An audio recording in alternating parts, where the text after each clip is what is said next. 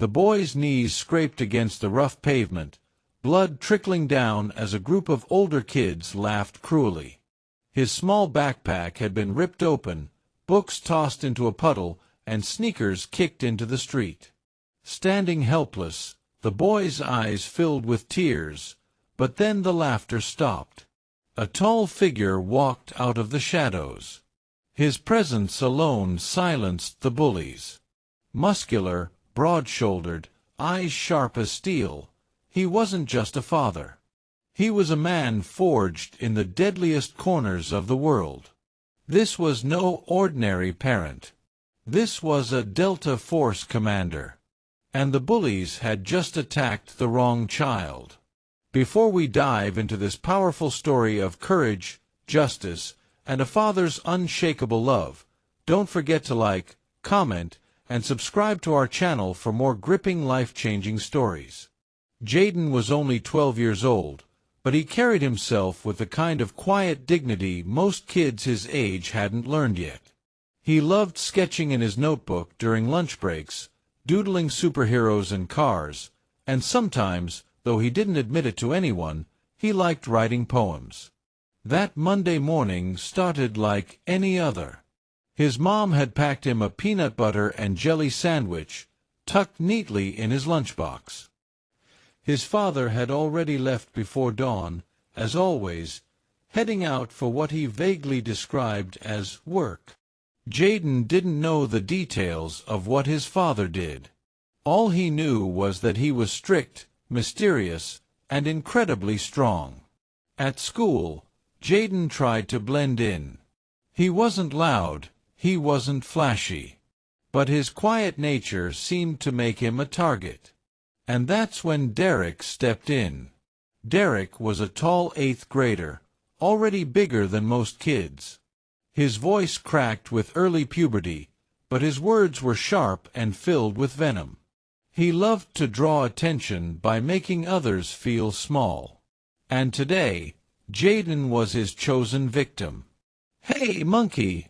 Derek sneered as Jaden walked past the lockers. A few kids laughed nervously. "Did you steal that backpack?" "Bet you did. It's too nice for you." Jaden's chest tightened. He kept walking, pretending not to hear. But Derek shoved him hard against the lockers, making his books tumble to the floor. "What's the matter? Cat got your tongue?" Derek taunted. His friends circled around, enjoying the spectacle. Jaden bent down quickly, gathering his books, cheeks burning with humiliation. He wanted to disappear, to shrink so small that Derek wouldn't see him. But the laughter echoed down the hallway, piercing his ears. "Pathetic," Derek muttered before walking away, leaving Jaden with bruised arms and a heart heavy with shame. The teachers hadn't seen it. Or maybe they had, and just didn't care. For Jaden, the school, once a place of learning, was becoming a battlefield. And though he didn't know it yet, someone far stronger, far deadlier, was already preparing to defend him. The next day, Jaden tried to keep his head down. He told himself maybe yesterday was just a one-time thing. Maybe Derek had gotten bored and moved on to someone else. But bullies like Derek didn't move on. They fed on fear. By lunchtime, Derek and his friends had already cornered Jaden in the cafeteria. "Look who it is, the little charity case," Derek sneered, slapping Jaden's lunch tray out of his hands. The peanut butter sandwich splattered on the floor, milk spreading across the tiles like a white puddle. Laughter erupted around the table. A few kids looked away, uncomfortable, but no one said a word. Standing up for Jaden would only make Derek turn on them. Jaden's throat tightened. He wanted to yell back, but the words stuck in his chest. He knelt to pick up his sandwich, hands trembling. "Ah, don't worry," Derek said mockingly. He picked up the sandwich and pretended to hand it back, before stomping it flat under his shoe. "Oops." Guess you'll have to eat dirt instead." Jaden's eyes burned with tears. His stomach growled, but hunger was nothing compared to humiliation. The cafeteria doors felt 1,000,000 miles away, and for the first time, he wished he wasn't there at all. One of Derek's friends leaned in. "Hey, Jaden. Maybe you should just go back to wherever you came from. Nobody wants you here." Jaden froze. He'd heard whispers like that before, but hearing it shouted in his face made it real. He wanted to disappear, to run home, but he knew home wasn't close. He had to endure until the bell rang. By the time lunch was over, Jaden's tray was empty, his spirit crushed. But Derek wasn't finished. That afternoon, when Jaden was walking home, Derek and 2 of his friends followed. Their footsteps echoed on the sidewalk behind him, getting faster. "Hey, loser! Wait up!" Derek shouted. Jaden quickened his pace, clutching his backpack. His heart raced. They caught up to him near an alley behind the grocery store. Derek shoved him hard against the wall. "You think you're better than me, huh? Walking around like you don't hear me?" Derek hissed. I don't want trouble," Jaden stammered. His voice was small, shaking. But Derek only smirked. Too late. The first punch wasn't too hard. It was more for intimidation than pain. But it was enough to send Jaden stumbling. Then came the shove, the second hit, the cruel laughter. "Next time, don't forget your place," Derek growled before finally walking away. Jaden slid down against the wall, clutching his backpack. His face stung, his body ached, but it was the inside that hurt most. He thought of his dad for a moment. Strong, fearless, always in control. But what good was that when Jaden couldn't even defend himself? What he didn't know was that his father's instincts had already been awakened. A Delta Force commander wasn't just a soldier. He was a predator trained to sense danger. And soon, very soon, the predator would step out of the shadows.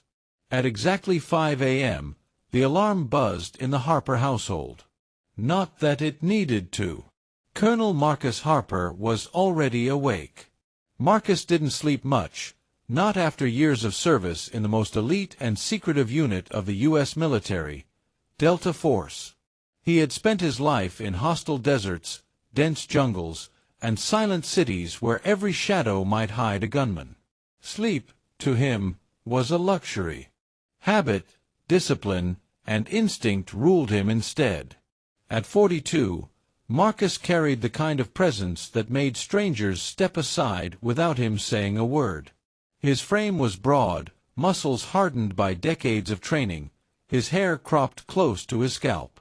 His eyes were the most unsettling part, sharp, gray, and calculating, eyes that had studied war, violence, and human weakness.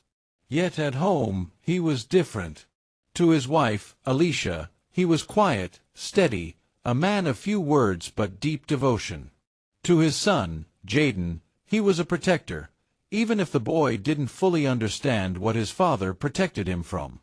That morning, Marcus sat at the kitchen table, sipping black coffee, while Alicia scrambled eggs. Jaden came down the stairs slowly, his shoulders hunched, eyes hidden beneath the brim of his hoodie. Marcus noticed immediately. "Morning," Marcus said. His voice was calm, deep, and even.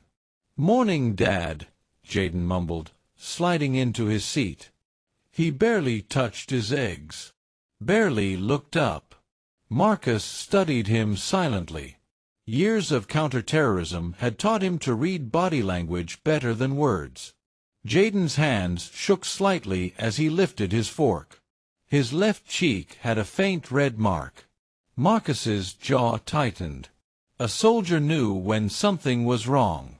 And right now, every instinct screamed that his boy was carrying a weight he didn't want to share. "Everything good at school?" Marcus asked casually. Jaden hesitated. He forced a smile. Yeah, it's fine.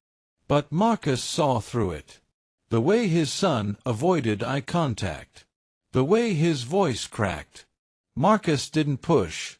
Not yet. In the field, patience was sometimes deadlier than force. And here, in his own home, patience was the key to understanding his son.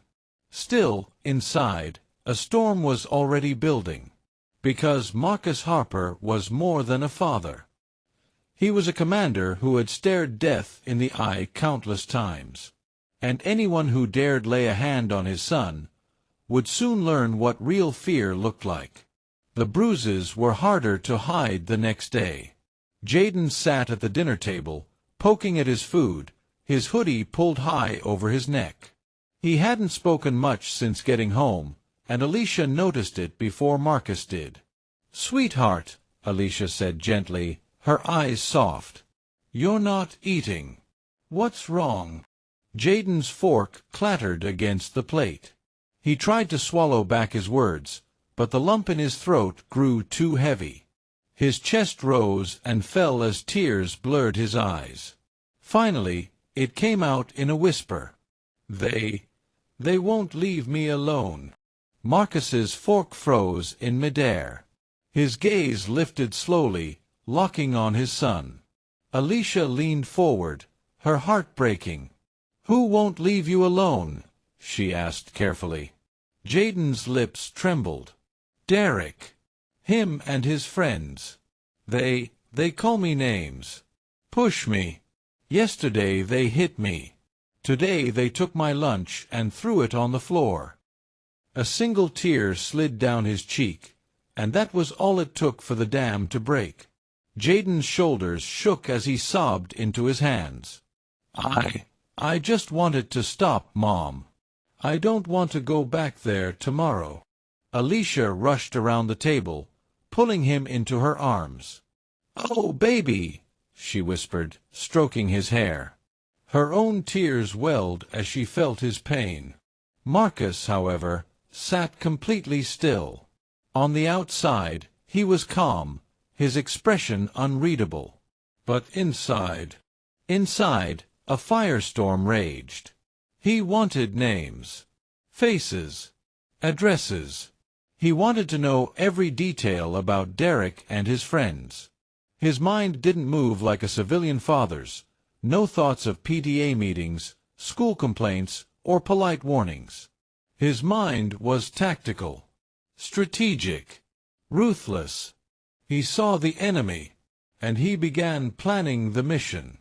"Jaden," Marcus said, his voice low but steady. The boy sniffled, wiping his eyes as he glanced up. "Did they touch you again today?" Jaden nodded slowly. Marcus's jaw flexed, the muscle twitching beneath his skin. Alicia noticed the shift instantly. She knew her husband better than anyone. That look in his eyes, the same one he had brought home after deployments, meant only one thing. Someone had crossed a line that could not be uncrossed. "Marcus," she said softly, placing a hand on his arm. "Don't." But he didn't answer. His eyes remained fixed on Jaden. "Son," Marcus said firmly, "listen to me. You are not weak. Do you understand?" Jaden's lip trembled. He shook his head. I couldn't fight back. They're bigger than me." Marcus leaned forward, his eyes burning with conviction. Bigger doesn't mean stronger. And stronger doesn't always mean smarter. "You hear me?" Jaden blinked at him, unsure. Marcus placed a steady hand on his son's shoulder. "What they did to you, that ends now." Alicia's grip on his arm tightened. "Marcus, please, this is school. They're kids." He finally looked at her, his voice grave. "No, they're threats. And threats get dealt with." Jaden didn't know it yet, but in that moment, his father had made a decision.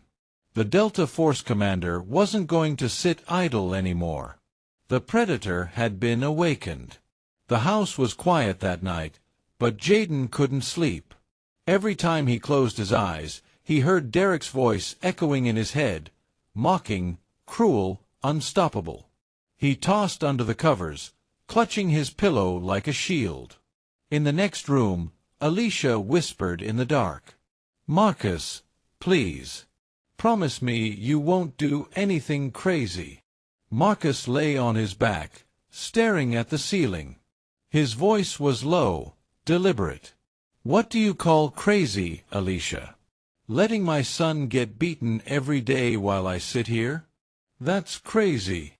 "You know what I mean," she pressed. "You're not in the field anymore. This isn't a battlefield. These are children." Marcus turned his head, his sharp gray eyes meeting hers in the faint glow of the moonlight. "You're wrong. My son's life is the battlefield. And that boy, Derek, is the enemy combatant." Alicia sighed, knowing the argument was useless. Once Marcus decided on a mission, nothing stopped him. The next morning, Marcus dropped Jayden off at school.